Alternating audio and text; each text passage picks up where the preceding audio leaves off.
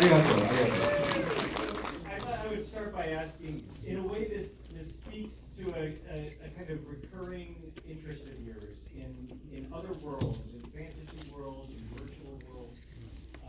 Tell us where the idea for you, the world we see here, came from, and how that relates to what we've seen in Digimon Adventure, Summer Wars, these other kind of alternate.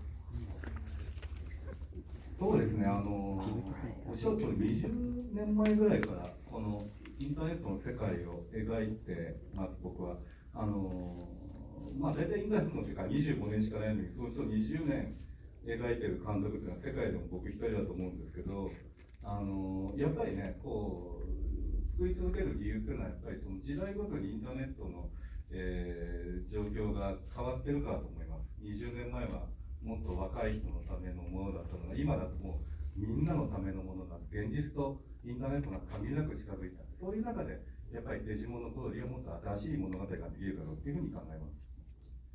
So it's interesting you bring that up because the idea of the internet, I've been making movies about the internet for probably about 20 years now, and I think the history of the internet dates back to when it was more widely adopted, maybe about 25 years. I'm perhaps the only director who's been depicting the internet in various forms for this long. And as the history of the internet is not that long, and I feel that in the beginning it was perhaps a much more kind of hopeful space where it was wide as for this younger generation to kind of spread their wings, but in reality it's become this space where we all kind of project our own reality. It's become a space that everyone is kind of that they exist in. And tell us about you then. Like, what did you want to do differently in the way that you were depicting this particular? It's a worldwide social network, essentially. With I mean, we saw sort of it's a little bit like a Second Life, a little bit like a video game. そうですね、やっぱ僕20年前に10年前に描いた時はもっとインターネットって余白ある世界だと思ってたんで、結構白を基調にした空間で作ったんですけど、やっぱこう今の世の中ってね、やっぱりその新しい世界、希望だけではないインターネットの世界になってるなと思いました。それは皆さんご存知の通り、インターネットというのはいい面だけじゃない、フェイクニュースもあれば誹謗中傷も激しい、特に日本なんかでも誹謗中傷が社会問題になってますけども、そういう、現代のこう、現実と変わらないぐらいの世界になったっていうことのなんかこう世界でもしかしこうグローバルな世界であるってことを表現するのに結構こう天も地もない身も嫌いもないすごいこう大都市なインターネットの世界をイメージしました。So when I depicted the world of the internet, I think visually maybe 10 years ago and then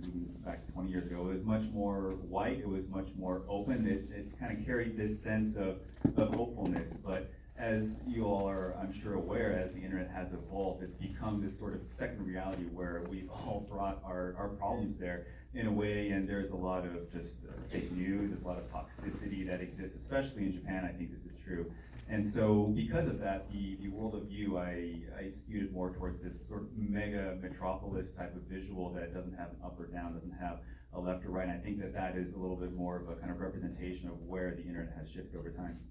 It's interesting. There are concerts happening in spaces like this online, now.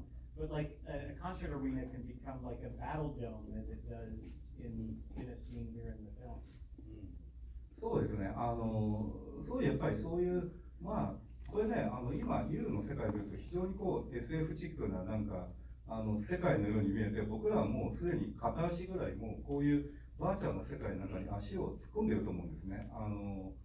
現実があってなんかファンタジーななんかこうインターネットの世界があるんじゃなくて、インターネットの世界がすでに現実化してるっていうか、僕らはもうすでに2つの現実を生きてる時代なんじゃないでしょうか。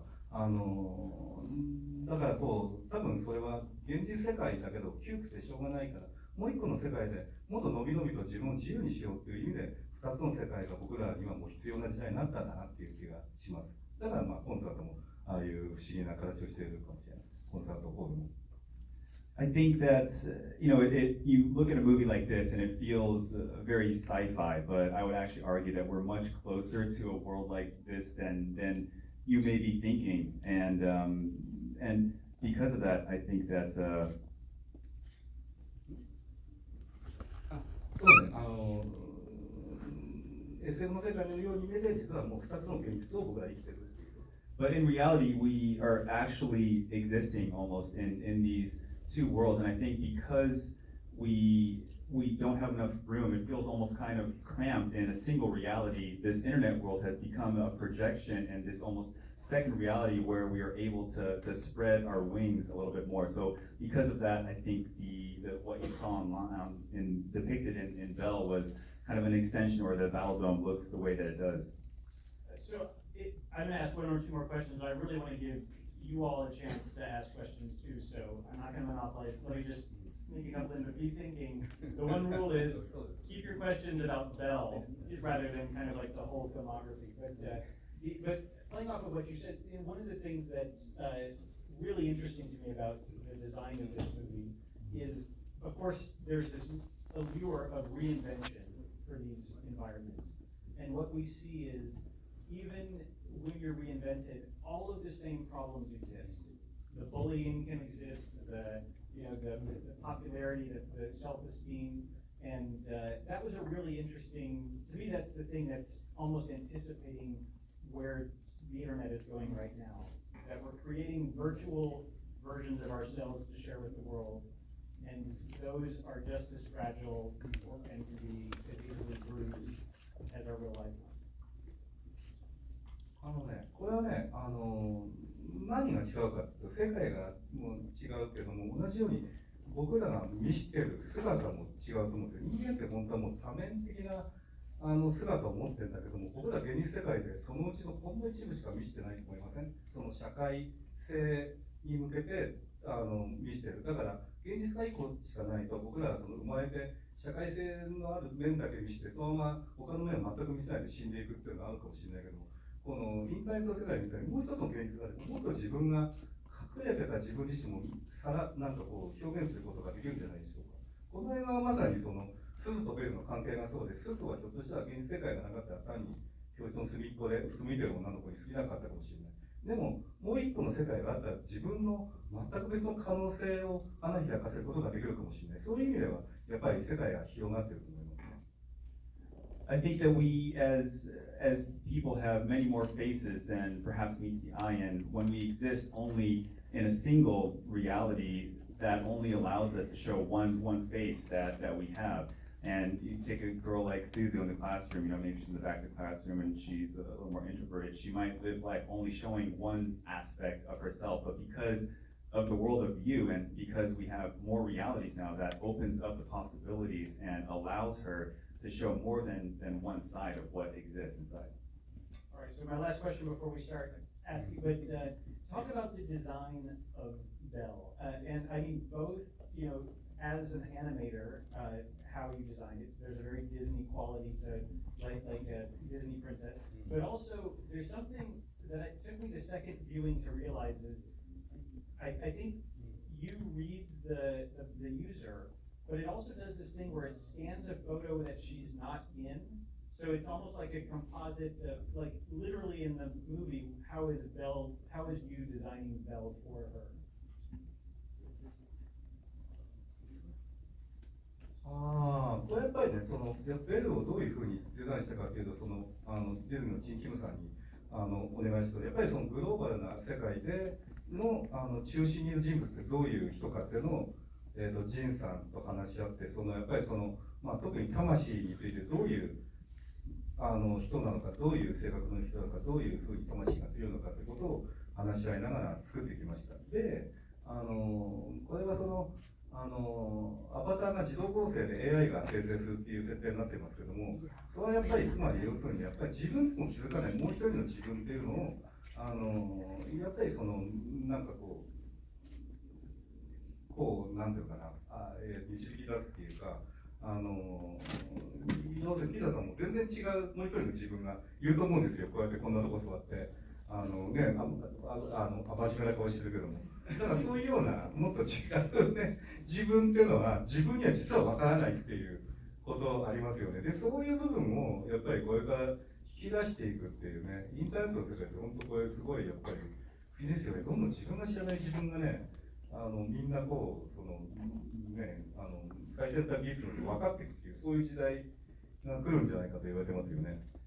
So the character design was actually designed by a gentleman named Jin Kim, who from Disney, is a very legendary character designer. But more to the point of what you were just saying about this sort of avatar being a projection, I think that in many ways the internet has this ability to kind of pull out another aspect of yourself that perhaps you may not have even realized. So I know right now, Peter, you're sitting here looking very suave. Perhaps on the internet there's another version of yourself that you don't even know about. So it's kind of like tapping into that kind of subconscious and drawing it out, which I think the internet is capable of doing. I come off much smarter and much sexier. So we have a mic, but I don't know if that's gonna be the best thing. If you guys wanna shout questions, that, just with COVID, let's project. I see a hand there, yes, on the aisle. I traveled all the way from Texas just to support Thank you. all of your movies have made me cry, and this is no exception. With my part with the father, when he was hesitating, punching her, and then he eventually relented. What were you wanting to convey from the father in terms of his emotions and his mindset? All right, I'm gonna repeat just for the benefit of the cameras in the room. She traveled all the way from Texas to attend tonight. All of your films have made her cry. There's a scene in particular she wants to ask you about, which is when the father is about to punch Suzu, and is sort of hesitating. What did you want to convey in that moment? これはシーンっていうのはセリフがないんで、セリフがないところで説明がないわけですから、その分、何かその表情や、その場合、シチュエーションを含めて、文脈含めて、皆さんに感じてほしいと思っているところです。鈴っていうのは、映画の最初は弱い人物だったんですけども、その、自分のもう一人の自分である、このベルによって、鈴自身も強くなることができた。で、その守るべき人に対してちゃんと守るっていうふうなことができる子になったっていう。で、それまでやっぱりそのシーンに込めたのはね、やっぱこうその時代の変化ですよね。その18世紀のフランスっていうのはやっぱりその封建社会があるんで、非常にこうなんていうか個人の自由が抑圧されてた。だけども今っていうのはもっとその自分自身が強くなることで一種のこの脅しとか、暴力に対して立ち向かう心の強さっていうのを彼女は得たんだと思います。で、それを例えば要するに例えば殴り返すとか言い返すとかじゃなくて、もっとこうその魂の強さで、彼のそのなんだろうこの脅しに屈しない態度を示したっていう、そういうことを表現しているのかもしれませんよね。Well, you may have noticed there wasn't much dialogue in that scene, and what I really wanted to convey with that is just Suzu's strength in many ways and her ability to stand up, because there's a lot of other ways to demonstrate strength. And I think in this particular movie, Suzu, she, by going into this other reality as Belle, has somehow transferred this strength and confidence back to herself, which she brought back into reality. That gave her the ability to stand up to this really not very nice guy. And the Beauty and the Beast dates all the way back to 18th century France and classic literature, and I think the imagery of beauty was perhaps much different back then. But this idea of translating that into strength, I think there's many different ways to respond to threats in that way, and instead of saying something back or instead of throwing a punch, Suzu was able to hold her ground, and it really shows the strength of her soul in so many ways. And I think that depiction is one form of strength and one form of beauty. Just to elaborate on that, it's almost like American animators have discovered in the last 3 years that their female characters don't have to be passive princesses and there's, I mean, it's very recent, but your entire filmography has given us these strong women characters, and Suzu is maybe the strongest. Would you talk a little bit about the importance for you of showing that last scene, you know, where her friend acknowledges that he doesn't have to play her guardian anymore, is sort of like the capping moment on everything we've seen her do. でもそうなんですよね。あんまだからそのなんていうかお姫様っていうかその他人の価値観になんか依存してなんかこう自分っていうのが規定してるってあんま好きじゃないんですよね。じゃなくて自分自身で主人公なら自分自身で強くなってほしいっていう。で特にそれは今回なんか特にそうですけど、もう一人の自分がね、本当の自分を強くするっていうようなことがあるっていうのがやっぱみんなね、まあみんななんでネットをやるかっていうとやっぱりこうそういうなんかこうね自分で自分を励ますみたいなところがあるからじゃないかっていう気もして、でまあその単に強いだけじゃなくてやっぱりこの強くなっていく、なんかその弱かった人がどうやったら強くなるんだろう、まあ、人間ってどうやったら変化するんだろうってことに僕ものすごい興味があるんですよ。でそれをなんかどの映画でもやってますけど、特に今回はすごく要するにその18世紀の美女と野獣っていうのは本当にそのなんていうんですか、家父長制の権力構造の一部としての、ね、女性でしかない、まあ、抑圧された存在だったのがやっぱりこう現在の美女っていうのは何かってことを考えるときにもっと自分で強くなる人であるっていうふうにすると、それが現代の美女と呼ばれるんじゃないか、自分で自分を美しく強くするっていう、誰かがそのこういうふうに、まあ、誰かの目線によって強く美しくなるんじゃなくて、そういうふうななんていうか18世紀と現代の違いみたいなことを表したかったんですよね。I think it's very easy to fall into the trap of measuring yourself against someone else's set of values, and perhaps one of the reasons we go into the internet is because, kind of what I mentioned earlier, you're able to find a different version of yourself that can then feed strength back to your other reality in so many ways. And going back to the original works of Beauty and the Beast, the 18th century classical French version, I think it was a very different type of narrative in terms of what defines beauty, and there's a different set of values and a very kind of male-dominated perspective. But instead of that, I think, you know, beauty and strength can come in many different forms, and it's that cycle of Suzu able to feed Belle, who is able to feed it back to her, that shows a different version of beauty that is not what was in the 18th century, but rather is kind of brought to the present day. So I wanted to depict that. So I saw another very enthusiastic person here towards the front just a second ago. How did you do? Yeah. Yes, Go for it. I just want to say two things. One, this is the best thing I have seen in 2 whole years.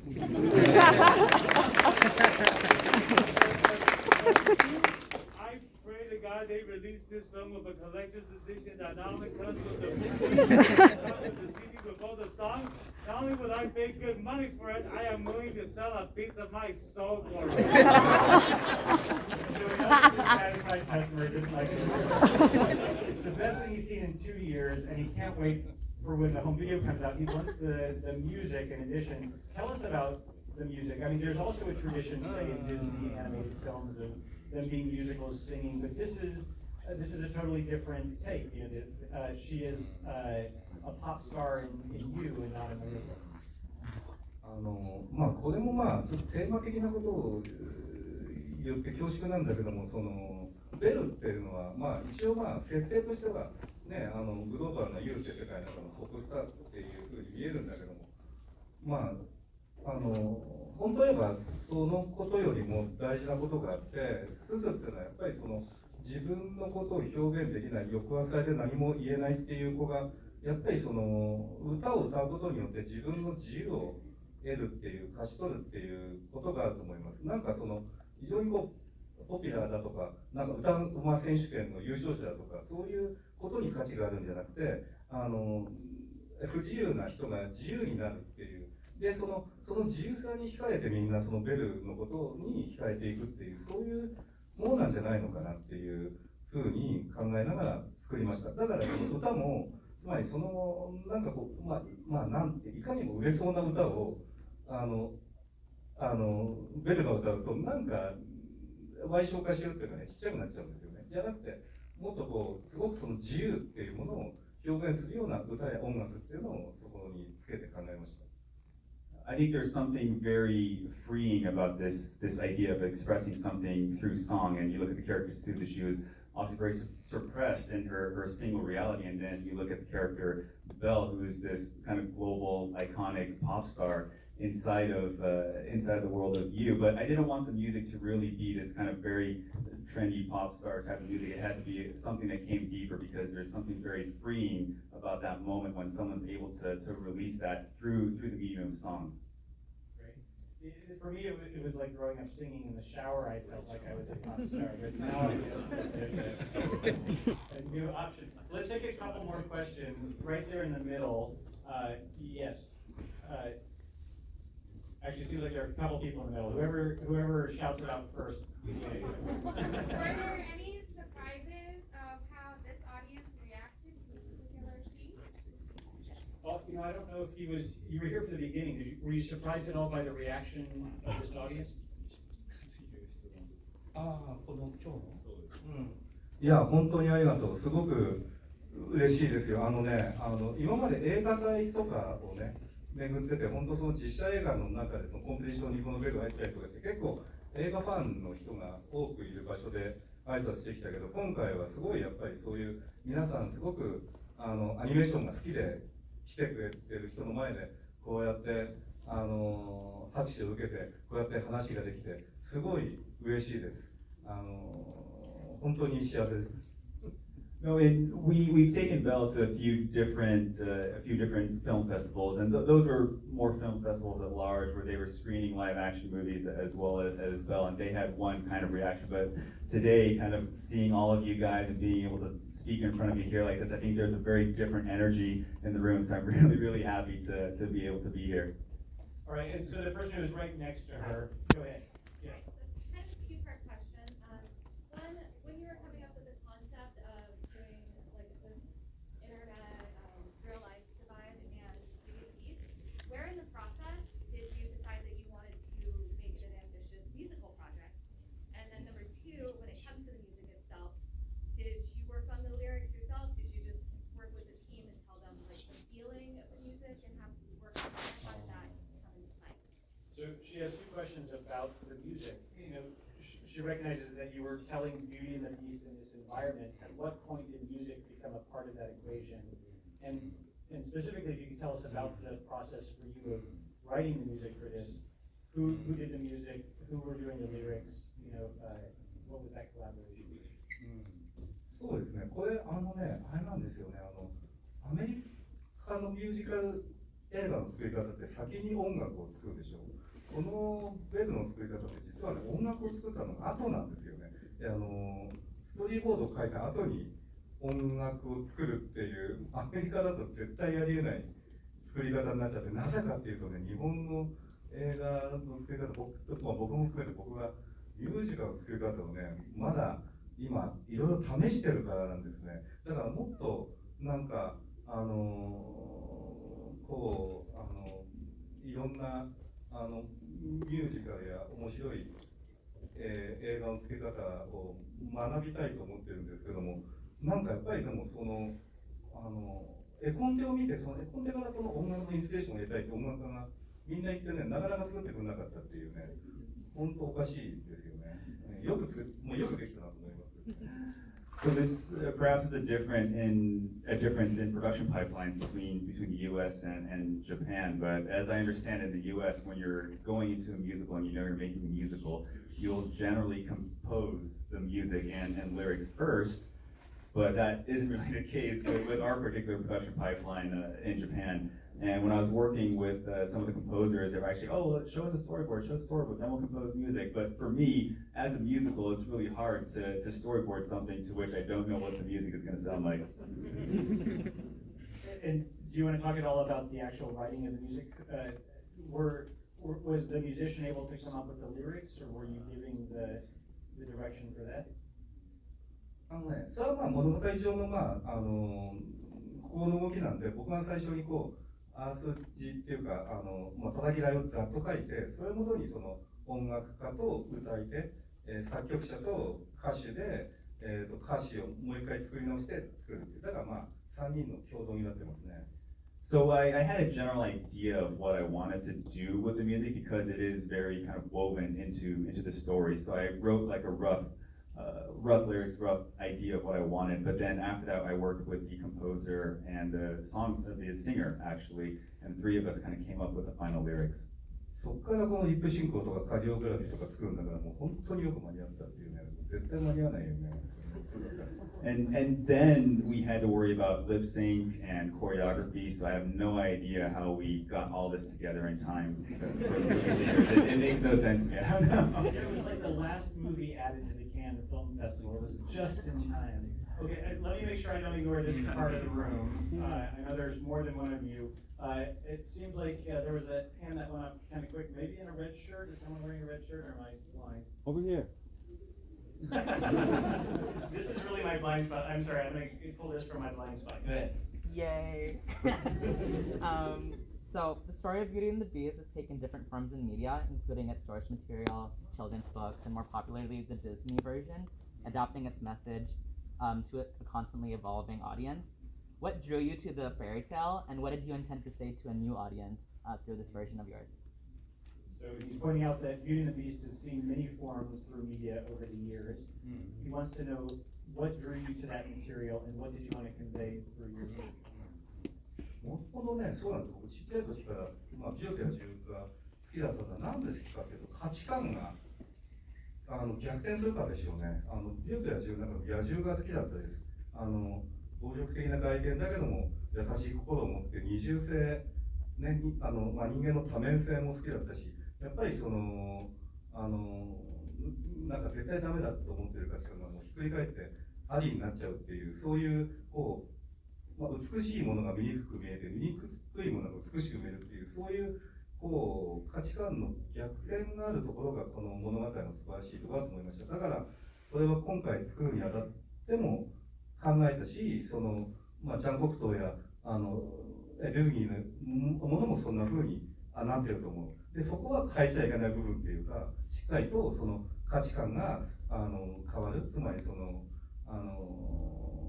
なんだろう、最初はそこがスだらけのうつむいてる方が最終的には強くなって、その強さが美しく見えるみたいに、そういう風に変わっていけばいいという風に思いました。そこの魅力、美女と野獣の魅力だと思います。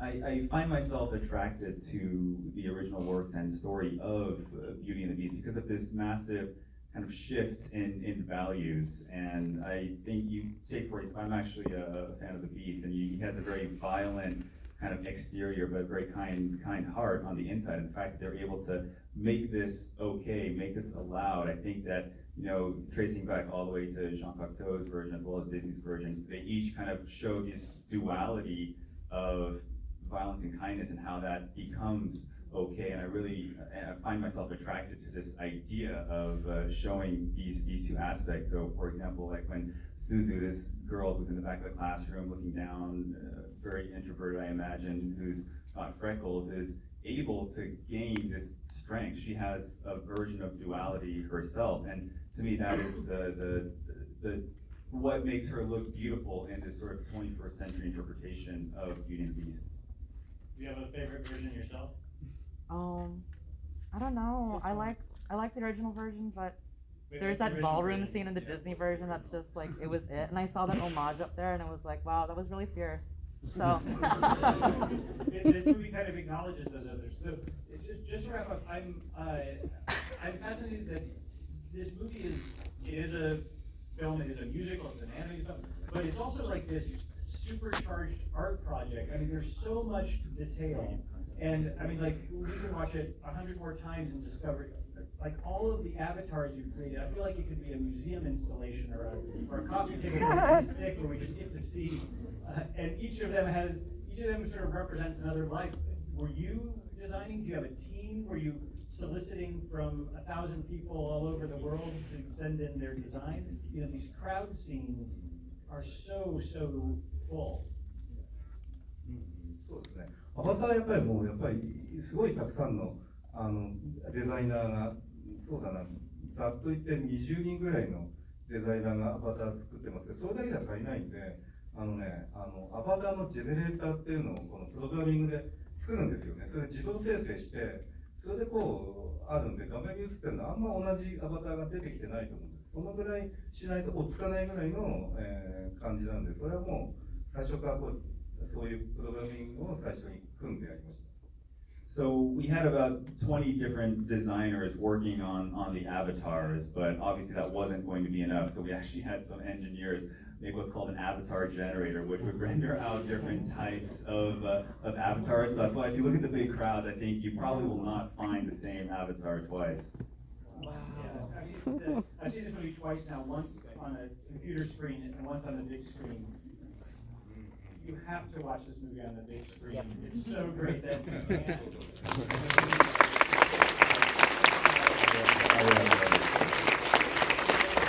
Congratulations to you. Thank you for sharing the film. Thank you to G-Kids. G-Kids will be releasing the movie, and to the Animationist Film Festival for putting this on tonight. I hope you'll come back tomorrow to discover more great movies. Thank you for this movie sold out like that online. So you know, but I hope to see you again tomorrow. All right, let's hear it for